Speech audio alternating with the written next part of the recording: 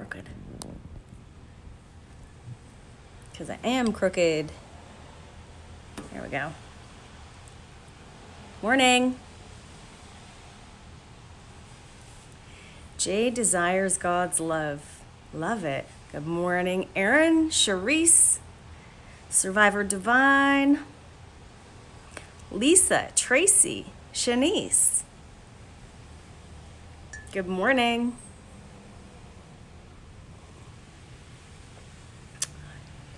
So, good morning, afternoon, and evening, depending on where you are in the world.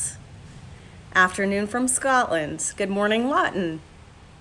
It is a super rainy day here, and I started doing my hair, and I thought, what am I doing? What am I doing? It's just going to be a big ball of fuzz if I go outside, and I'm going outside, so thank you. Reese Cup is here. K. Paul, K's. Oh, Tracy, La La Land is my favorite place in the world. I dream of that place, of living there every day. I often go to LA. I'm there about, I don't know, I'd say minimum once every year and a half to 2 years. Good morning, Eva. I want to live in California. I've always wanted to live in California. Jay Desires God's Love is new to my page. Well, welcome. The Real Ones Only, Raina Lynn. I hope I'm saying that right. Hi from London. Oh, I love when we all come together from all over the world. Hi, Alana. I feel like this is the Romper Room show where I'm saying, I see Lisa, I see Alana, I see Charisse. Australia. This is fantastic. We've got Australia, London, Scotland, Canada here, the US. This is fantastic. I'm just going to give it a minute. I always do. I get on here and babble about nothing. And then I find something to talk about, or I come on here with something to talk about. I see Alana remembers Romper Room, right? Is that what you're laughing at? Man, were you guys, I know some of you were, but I was on fire with memes yesterday. I couldn't believe this stuff. I was laughing at my own damn ass self because some of this stuff I was putting out there, I was like, how are these finding their way to me? These are hilarious. And I've been, sometimes I just get really focused on content and I want to deliver a message that sometimes I forget to have fun with it. So I'm just going to start letting that funny, sarcastic broad come out because she's always on the other. Well, she's more over here now, but I have two accounts. I have this one and I have Broadcasm's account and Penny Lane's account, if you count that too. But I am really a funny, sarcastic broad and I swear like a motherfucker and I don't give a shit. And I've been keeping it so calm over here. I think it's about time that I let her free because it's a good time. It's a really good time. So I'm hoping that Desiree will jump on here real quick because in Bermuda, fantastic. She wanted me to jump on here last night. Crazy girl. She wanted me to jump on here last night and have this conversation about this meme I posted yesterday because it landed for so many people. It landed right here and right here, like huge aha moments. It was like, holy shit. And the meme is, our chemistry is crazy. Nah, your sexual attraction is crazy and you're projecting fake deep emotions based on lust. I read that and I was like, oh my God, how many times in my life have I gone, we've got this incredible chemistry, and the dude says, yeah, we've got incredible chemistry, and then we get all enraptured with, our pheromones are saying, hey, come on hither, and we're waiting to we lose all sense of ourselves when we connect with someone on that our chemistry connects, and all we want to do, we can't think about anything else but that person. It's like we lose our brain and our heart's going, oh yeah, let's do this, let's do it. And we can't even think anymore. We can't even think anymore So, and lust does expire. And this is what's so funny about it, is that I have a friend who I've had amazing chemistry with all my life. All my life.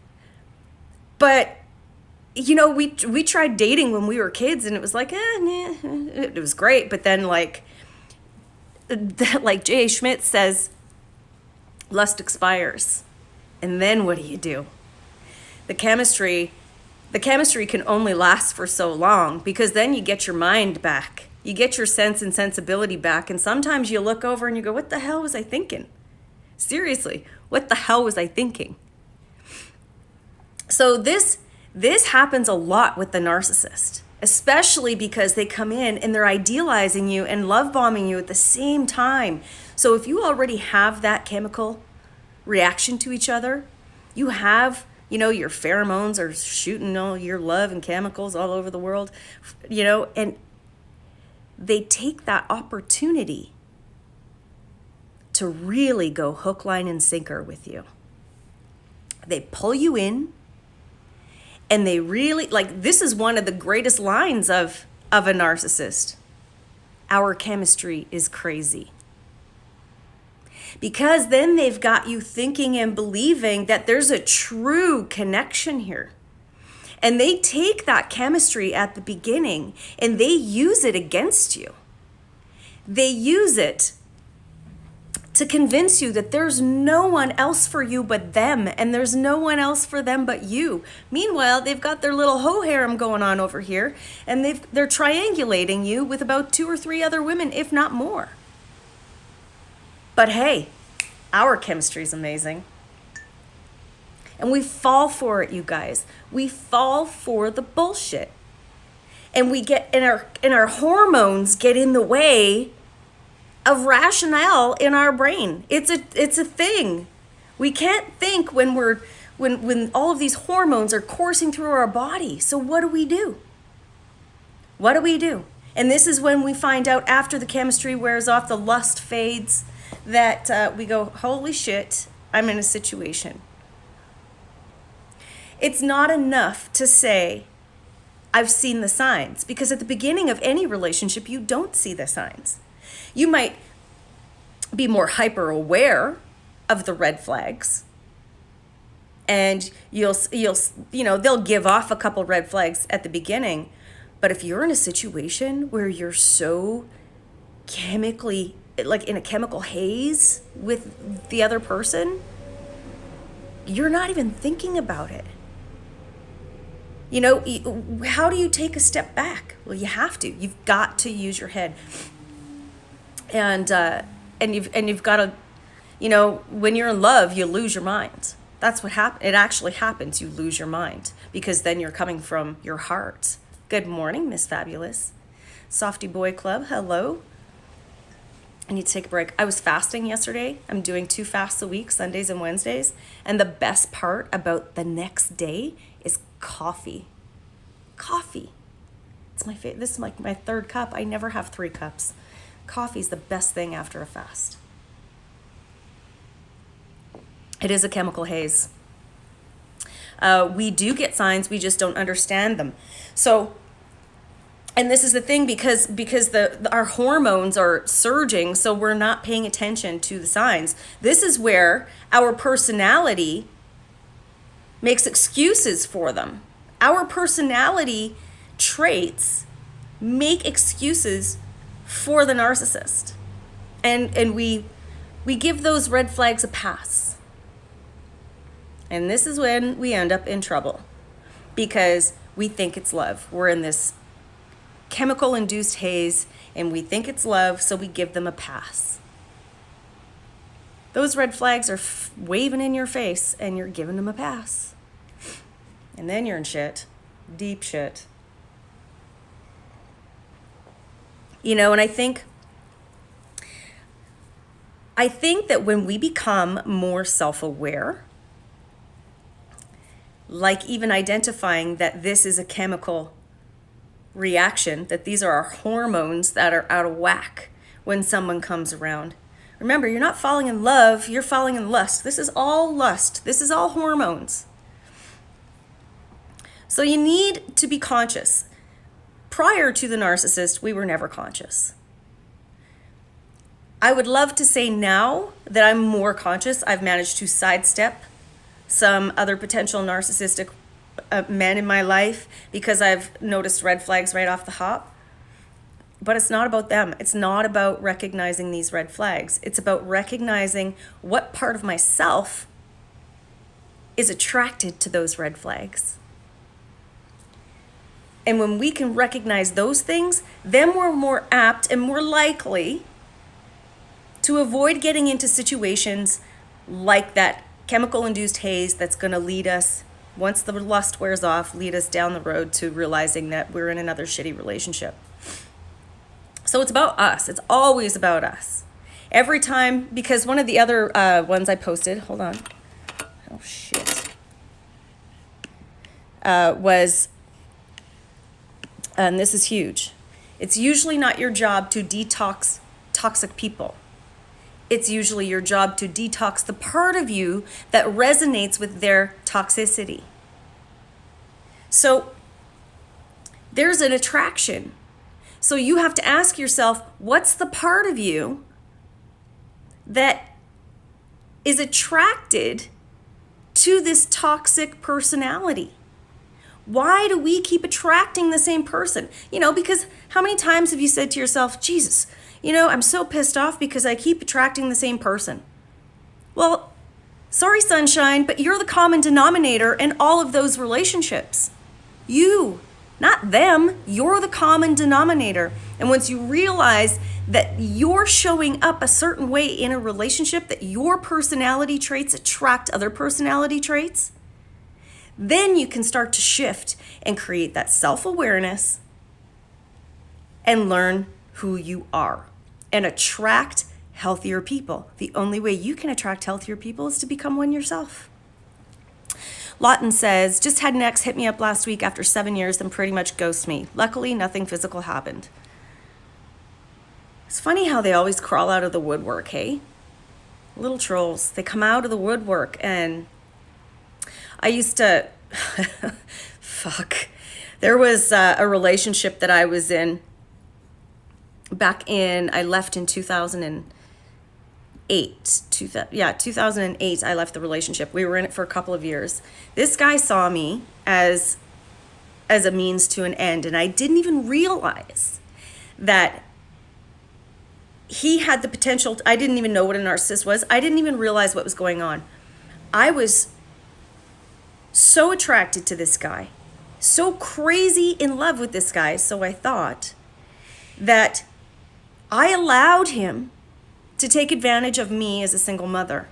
I had received an inheritance from my grandmother, and I was a flight attendant at the time, and I was making good money. And I was, for the first time ever in my life, able to buy a home. So I started looking for one.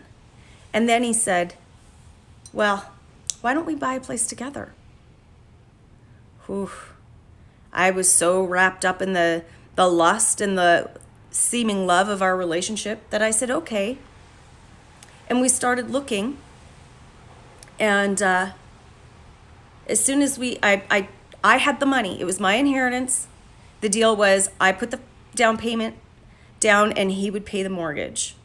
So I found a place that we could live in while we were building our dream home. So I put the down payment on our home that we were living in and the down payment on the dream home to the tune of $35,000. I'm on a flight one day and I just got a bad feeling, a really, really bad feeling. And when I landed, I couldn't get a hold of him. He had gone to another city for a conference and I just couldn't get a hold of him. And I was sick to my stomach. And I just knew what had happened. My intuition is so high. And when he got home, we hadn't even moved in yet. When he got home, and he came over to my place, he told me that he had slept with another woman. And that's why I couldn't get a hold of him. So I made excuses for him.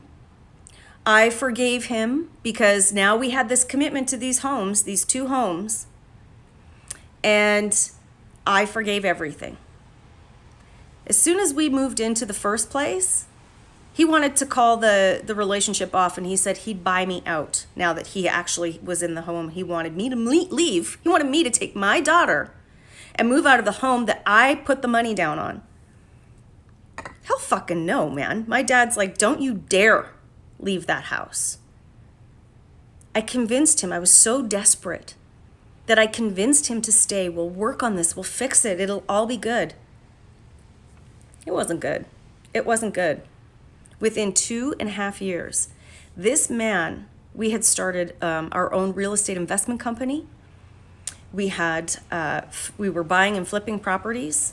I was a hypnotherapist at the time, so I had my own business going, but it was a startup, so it's not like I was generating a whole lot of cash. And he phoned me one day and told me that he wanted to go travel the world and experience other women, but he wanted me to sit at home and wait for him. Well, sorry, the lust had worn off. I had discovered an instantaneous moment of self-love and told him to go fuck himself. And I lost everything. Everything.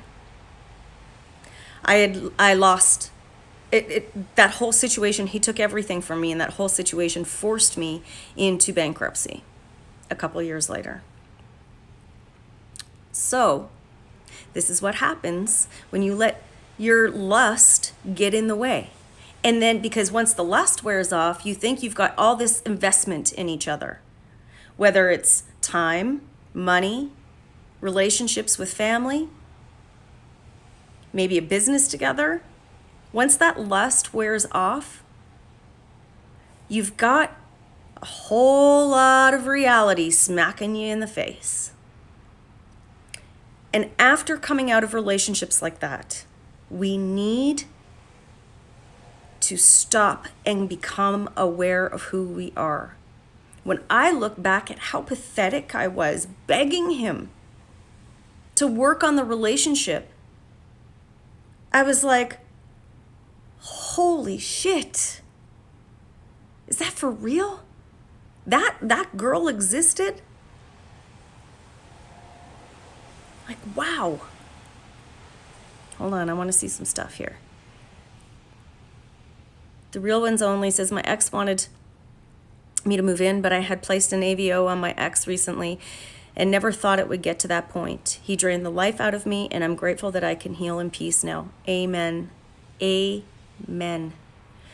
You know, we give up so much to be in these relationships that sometimes and if we don't wake up to them, they're going to keep showing up until we get the biggest badass narc ever, and they completely leave us raw.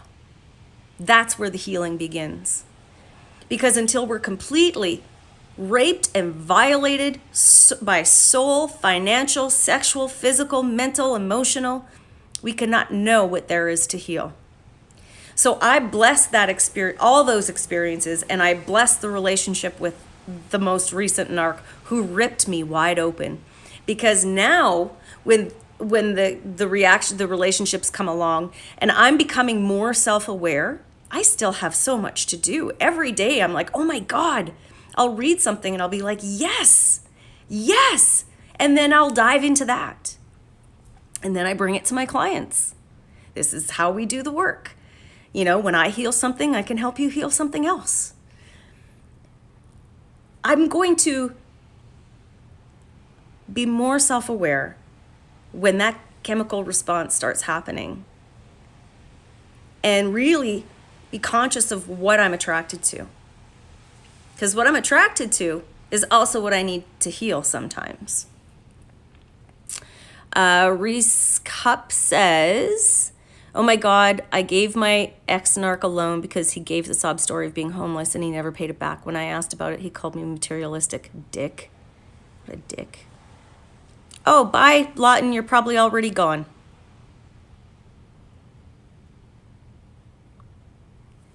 Anyway,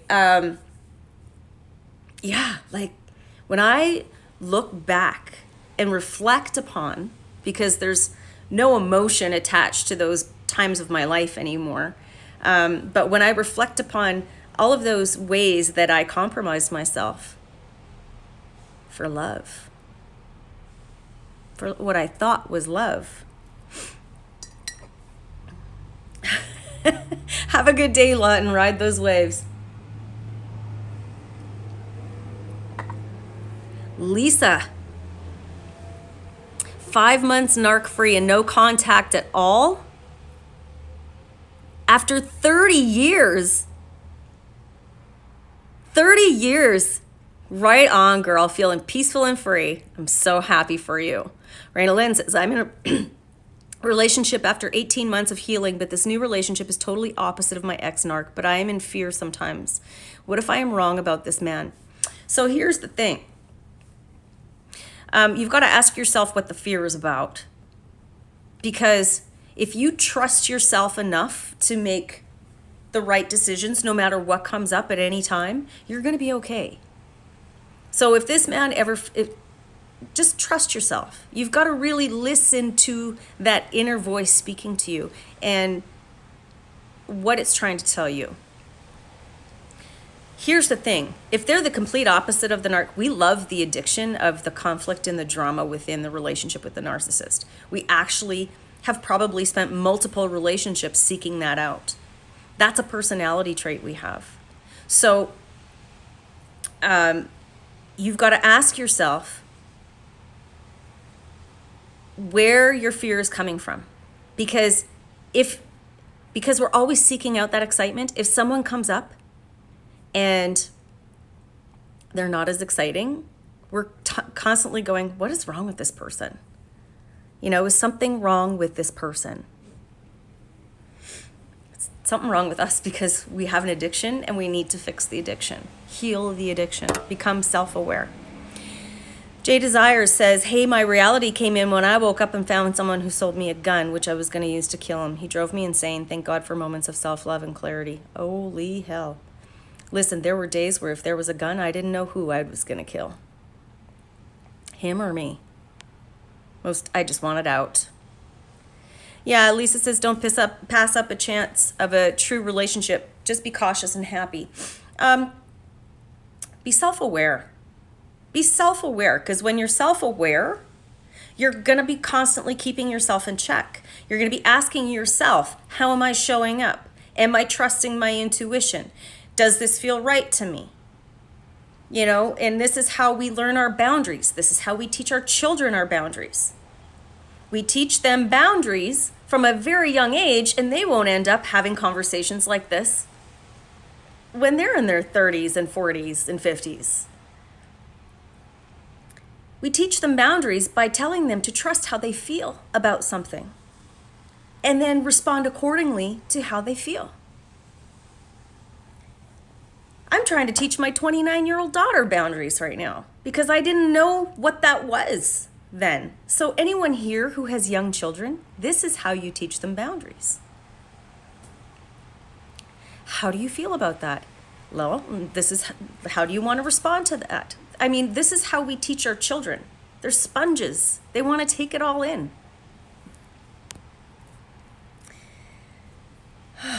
This coffee's so good. Trust yourself, be self-aware.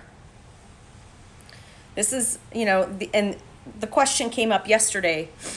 How do we get over the betrayal? The only betrayal we've got to get over is the ways that we have betrayed ourselves. The other person didn't betray us. They're just doing what they do and who they are. Narcissists are scum, dirtbags. They have no conscience. They have no capacity for guilt or remorse. They have no capacity to love, to change. They have no capacity for any of that. So in their minds, they're not betraying you. And if truth be told, they're not betraying you. You're betraying yourself by not trusting what you already know to be true. When I was a flight attendant and that guy cheated on me, I should have pulled the plug on everything. I would have still had all my money, my investments, my home. I would have had it. But I didn't trust it. And he continued to fuck around. I didn't trust myself. I betrayed myself by not listening and not taking proper action. Hi, Claire. So I always say, stop blaming them. They are who they are. If you want to heal and you want to start moving forward in your life, you've got to pull that back into yourself and ask yourself, what's the truth? How did I betray myself? How did I let myself down? What ways did I overlook and make excuses for this person to continue treating me this way? How did I allow that? Yes, you're psychologically abused. Yes, you're being mind-fucked. You're being abused in so many ways, you can't even think anymore. But now that you're out of it, this is the time to ask yourself the real questions. The Real Ones Only says, still processing the fact that someone who is conscious can simultaneously be unconscious. Comprehending this concept is conflicting. Well, of course it is. That's called cognitive dissonance.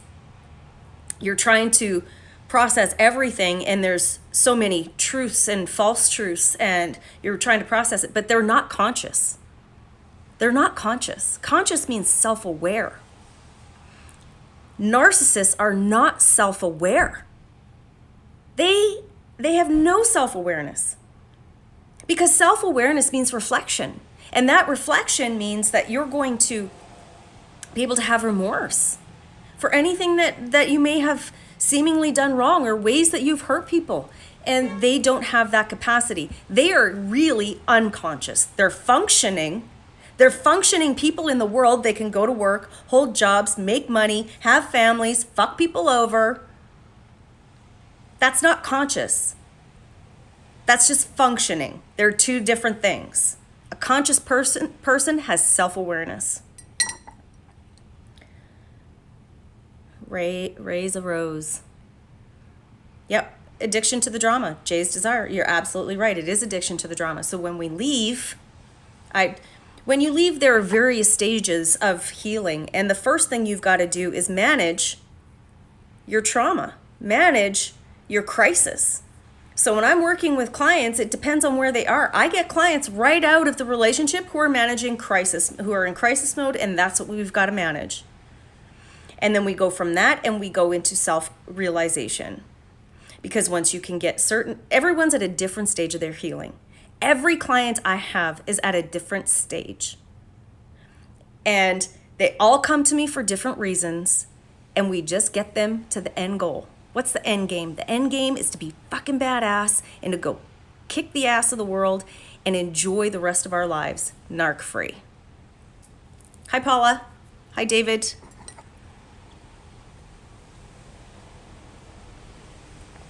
It's 9:27.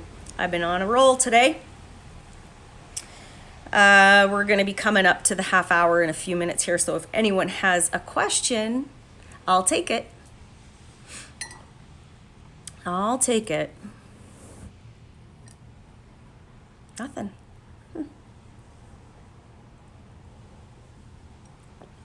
That's my third cup of coffee after a fasting day, and I feel like I could drink a whole pot, but I will not. I will not. All right, you guys.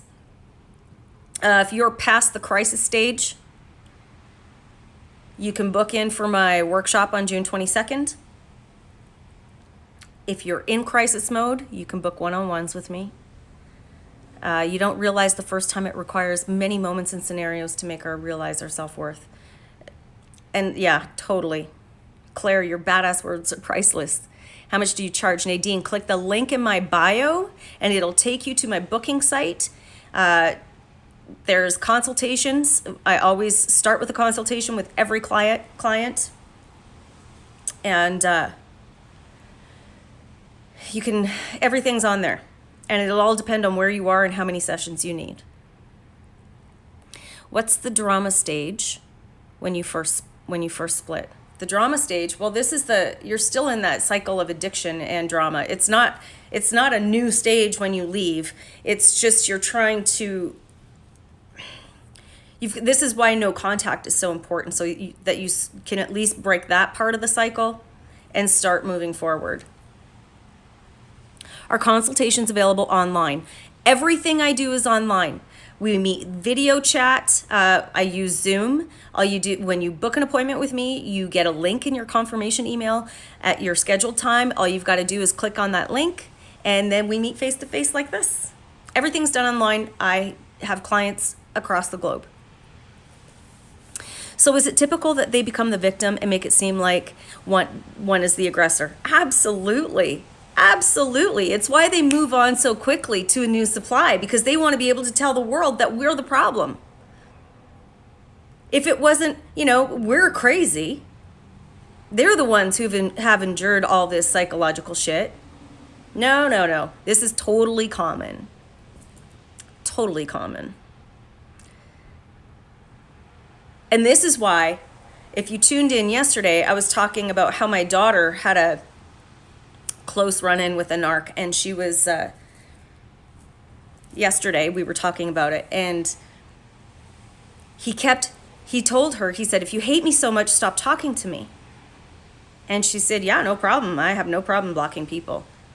And then as soon as she said, yeah, okay, he comes back a little while later and says, I can't believe you want to do that. I can't believe you want to say goodbye and blah, blah, blah, blah, blah, blah. And this is how they work. They want you to hate them, but then come back with the tail tucked between their legs saying, I don't know why she hates me. Because you're a moron.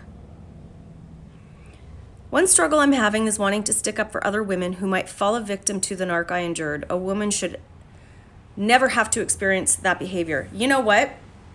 This is a really good comment. Wanting to stick up for other women who might fall victim to the narc I endured.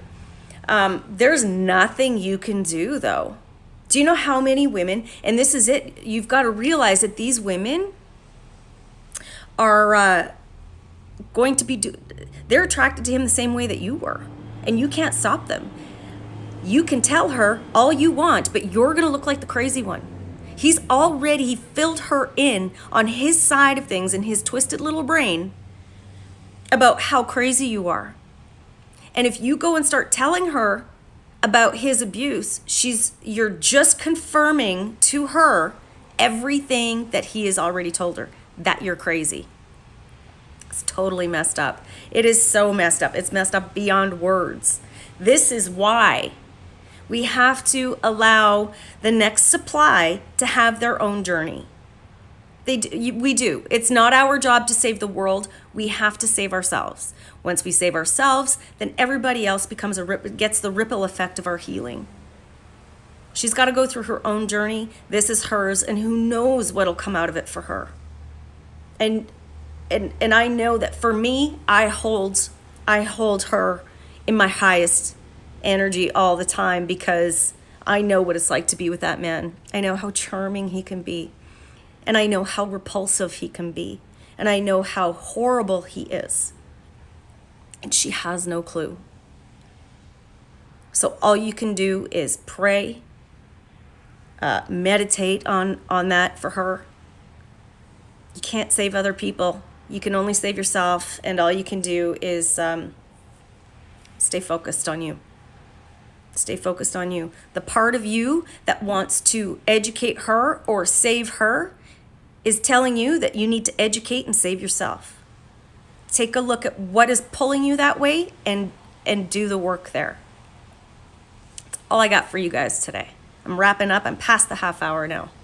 I'm Trish of Badass Broad Coaching Company. I'm a narcissistic abuse recovery coach. If you want some time with me, click the link in my bio.